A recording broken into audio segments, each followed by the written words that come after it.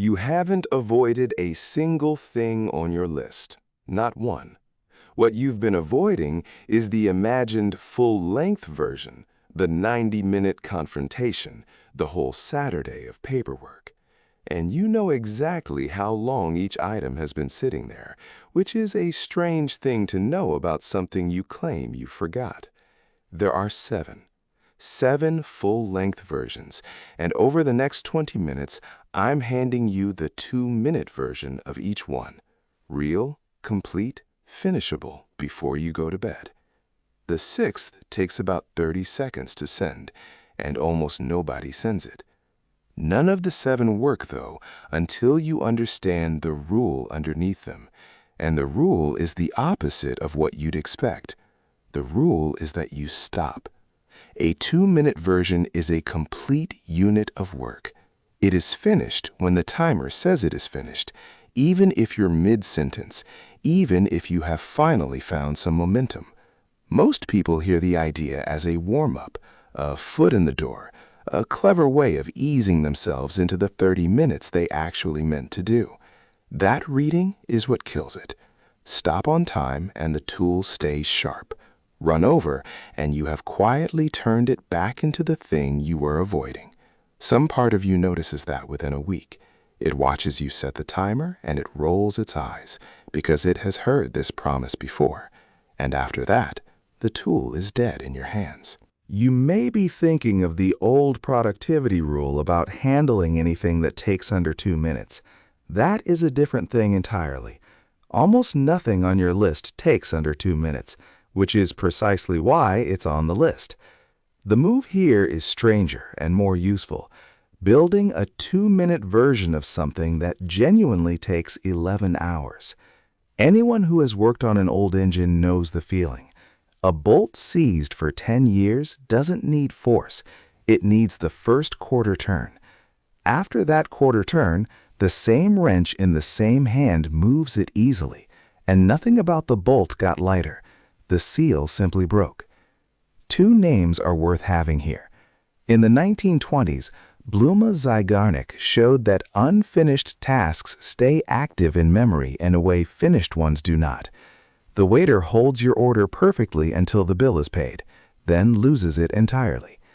Then in 2011, E.J. Masacampo and Roy Baumeister published a paper called Consider It Done, and their finding is the half that matters tonight. People did not need to complete an unfinished task for it to stop intruding on their thoughts. Making a specific plan for it was enough to release the grip. Which tells you something about the list you've been carrying since spring. Give the loop a date and it lets go of you. That is all it was ever waiting for. The first one is a conversation you've already had 40 times. Picture a man sitting in his parked car outside his own house. He has been there 11 minutes. The engine is off, the keys are still in his hand, and he is rehearsing a conversation with his brother about who pays for their mother's care. He has run it perhaps 40 times across 3 months, playing both parts, and in 38 of those versions, his brother says something cutting and the whole thing ends badly. Look at what he has actually done. He has held 40 unpleasant conversations in order to avoid holding one. The 2-minute version of a hard conversation is a single line. You name the subject and you put a date on it. I keep meaning to talk to you about Mom's costs and keep not doing it. Can we do it Sunday? It takes 18 seconds to type. Nothing is resolved by it, but the rehearsals stop because the mind only loops on things that are undated. Once it belongs to Sunday, it stops belonging to every night between now and then. There's a reason his 40 simulations were all wrong. Daniel Gilbert and Timothy Wilson's work on affective forecasting found that we reliably overestimate both how intense our bad feelings will be and how long they will last. Seneca said a version of it first, in a letter, roughly, "We suffer more often in imagination than in reality." So don't try to solve the conversation tonight. Don't draft the argument. Don't anticipate the counter. Don't decide in advance what you'll concede. Send the naming line, the subject and a date, and nothing else, and let the real conversation happen at its own size, on a day that isn't tonight. The man in the car sends it before he goes inside. He is still dreading Sunday. The rehearsing has stopped. The second one is your body, and it takes about 65 seconds. It's 9:47 on a Tuesday night. The full-length version of this, the gym bag that's been by the front door since March, the program, the tracking app, 45 minutes and a shower, has failed to happen for 14 consecutive weeks. 14. You know the number because you've been counting, quietly, the way you count everything on this list. So here is the version that actually happens.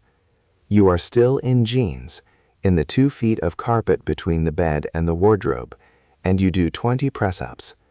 The whole thing takes 65 seconds. You don't log it, photograph it, shower, or tell anyone. You go straight back to whatever you were doing. It will feel insultingly small. That feeling is the entire point. The task is now too small for your resistance to get a grip on, and resistance needs a surface. 65 seconds in jeans doesn't give it one. 20 press-ups will not change your body, and you shouldn't pretend otherwise. It's one piece of evidence in a long-running argument about who you are, and the reason evidence works is that it's cheap to produce. This is roughly the logic behind behavioral activation, one of the better evidenced components of cognitive behavioral therapy. People are scheduled into small activity regardless of how they feel, because action reliably arrives before motivation rather than waiting politely behind it. Marcus Aurelius wrote his own version of this in the 5th book of his private notebooks, an argument with himself at dawn about getting out of bed, ending with the reminder that he was not made to lie warm under blankets. He was running an empire and still had to negotiate with the duvet. Do one set tonight in whatever you're already wearing, then refuse to call it a workout. Call it evidence. The third one is money, and you are not allowed to fix anything. A woman hasn't opened her banking app in 5 weeks. In her head, the balance has a specific shape, overdrawn, letters coming, something already irreversible somewhere in the system. The figure in her imagination stopped being a number some weeks ago. It reads now like a verdict on how she has been living. The 2-minute version is deliberately restricted. Open the app, read the balance out loud. Actually out loud, because reading it silently lets the eye skim past it. Write it on a scrap of paper. Close the app. You don't build a budget, open a spreadsheet, cancel a subscription, or promise yourself anything about next month. When she finally does it, the number is bad, but it's bad in a boring, finite, 4-figure way rather than the mythic way, and the distance between those two kinds of bad is roughly a month of poor sleep. There's a documented name for what she had been doing. Nicholas Carlson, George Lowenstein, and Dwayne Seppi called it the ostrich effect, after finding that investors log in to check their portfolios noticeably less often when markets are falling. The information hasn't changed, only the willingness to receive it has. What we flinch from is the confirming. Most of the dread lived in the not knowing, in leaving a blank where a fact should be, and letting the imagination fill it, which the imagination is always willing to do, and always does badly. Looking is a 2-minute task. Fixing is a 2-month one, and you've spent 5 weeks refusing the first because you priced it as the second. So look tonight and fix nothing. Except that explanation doesn't quite cover your whole list, and I suspect you already know it. Everything so far has rested on the assumption that these things are too big, and that shrinking them is enough. Hold that up against the list you actually carry. Some of what you're avoiding is already small. The email is 4 lines. The call takes 90 seconds. You know that, and you still don't do it, which means size was never the whole story. What the small ones have in common is that every one of them delivers a verdict. Open the app and you find out how bad it is. Send the message and you find out whether he still wants to hear from you. Pick up the guitar and you find out what you actually sound like. What you've been protecting isn't your evening. It's an answer you'd rather not have. That changes what the remaining 4 are for. The first 3 shrink a task. These shrink the verdict. The 4th one is work you're afraid you might be bad at, and you're going to do it badly on purpose. A woman has wanted to write songs since she was 19. She is 34 now. She owns a good guitar and a decent microphone, and in 15 years she has produced 4 unfinished verses. Because every time she starts, something in her head compares the sound in the room to the sound in her imagination, and the room loses. It always loses. That's what rooms do. Her 2-minute version is a folder on her phone that she names honestly, the bad ones. Every night she records 2 minutes of deliberately terrible humming over 3 deliberately obvious chords. The rule she sets herself is that it has to be embarrassing. If it sounds good, she has cheated. After 40 nights, she has 40 appalling recordings, and somewhere around number 26, 11 seconds, she keeps. Perfectionism is avoidance in better clothes, and the only reliable way past it is to make failure the explicit goal, because then there's no standard left to fall short of. Teresa Amabile and Stephen Kramer went through thousands of daily diary entries from working professionals and found that the strongest driver of a good inner working life was small, visible progress, which they called the progress principle. Recognition and pressure came further down the list. 40 bad recordings is progress.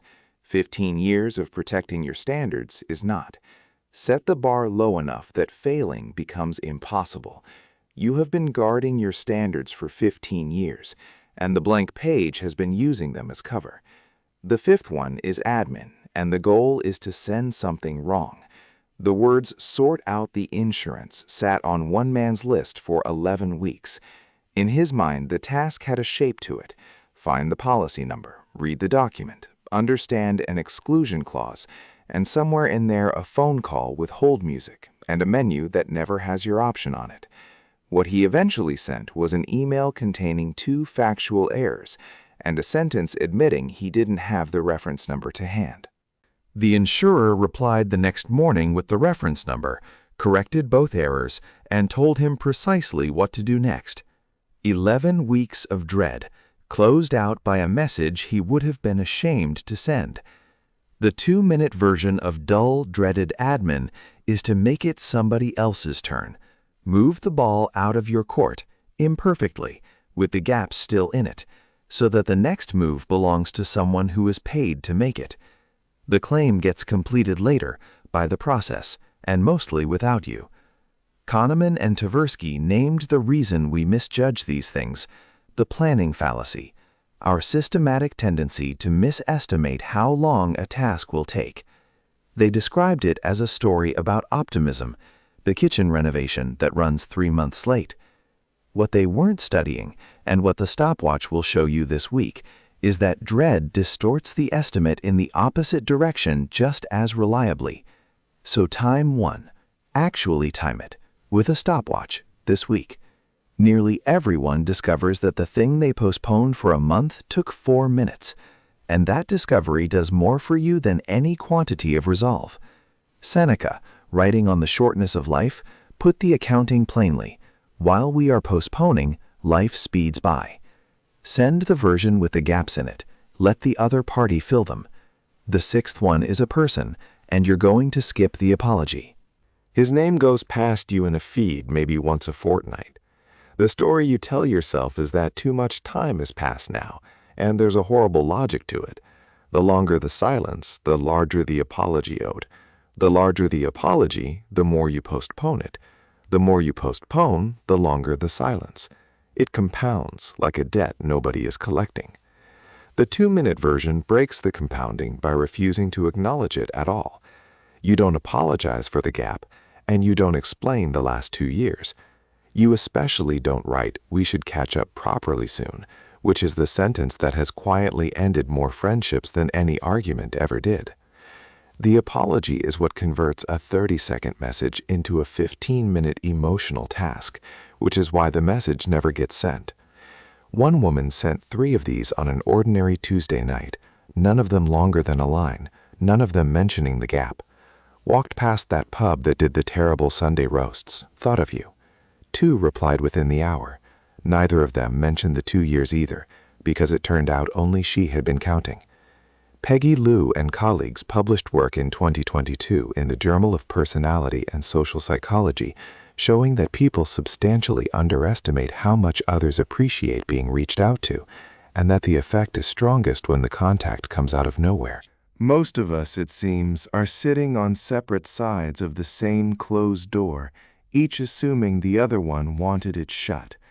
Delete the apology. Delete the request. Send one specific memory to one person tonight. The specificity is what proves it wasn't sent to 12 people, and it is the entire payload. The 7th one is the one that produces the other 6. It's 11 at night, and a man can't sleep because of a feeling he'd describe, if you pushed him, as being behind on everything. The feeling has no edges. That's precisely why it can expand to fill a whole night. A thing with no edges can be any size it likes, and at 3 in the morning it chooses the largest available. Take 2 minutes with a notebook. No journaling, no reflection. You write down only what is actually in there, 1 line each, plus the single next physical action for each one. It turns out to be 4 things: a dentist appointment he hasn't booked, an unanswered message from his landlord, a work document he hasn't read, and his friend's father, who is seriously ill. On the page he notices what he could not notice in the dark. The 4th item is grief, filed by mistake in the same drawer as the admin, and it has been making the other 3 feel enormous. 2 of the remaining 3 take under 3 minutes each. This is affect labeling. Matthew Lieberman's fMRI work, published as Putting Feelings into Words, found that naming an emotional state reduces activity in the amygdala compared with simply experiencing it. Gallwitzer's work on implementation intentions supplies the other half. At 9 tomorrow morning, I will call the dentist.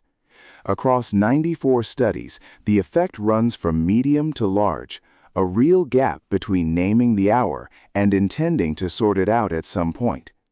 When the dread has no shape, don't try to feel better. Try to get specific. 2 minutes of naming buys more relief than an hour of reassurance. And it does something reassurance cannot. It separates the things you can act on from the things you can only carry. That's the 7 I promised you, and I want you to notice they share a spine. 1 move, performed 7 ways. Shrink the thing until refusing it costs more effort than doing it. The conversation, the press-ups, the balance read out loud, the deliberately bad recording, the email with errors in it, the message with no apology, the 4 lines in a notebook at 11 at night. Same move, 7 surfaces. Which leaves 1 instruction, and it's a restriction. Pick 1 and only 1. Doing all 7 tonight would be the full-length version of this, and you already know exactly what happens to those. So go back to that list you've never written down, the one where you know to the month how long each item has been sitting there. Take the one that's been waiting longest, and don't do it. Do 2 minutes of it, badly, at the wrong time of day, in the wrong clothes, and then stop while some part of you still wants to keep going. A year of that will quietly accomplish what the full-length versions never did, for the unglamorous reason that the full-length versions were never going to happen.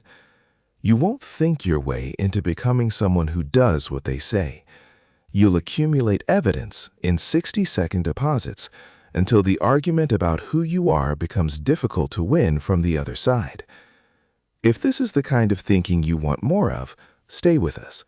There'll be another one of these, and it will still be here whenever you need it. For tonight, 1 thing, 2 minutes. Then stop.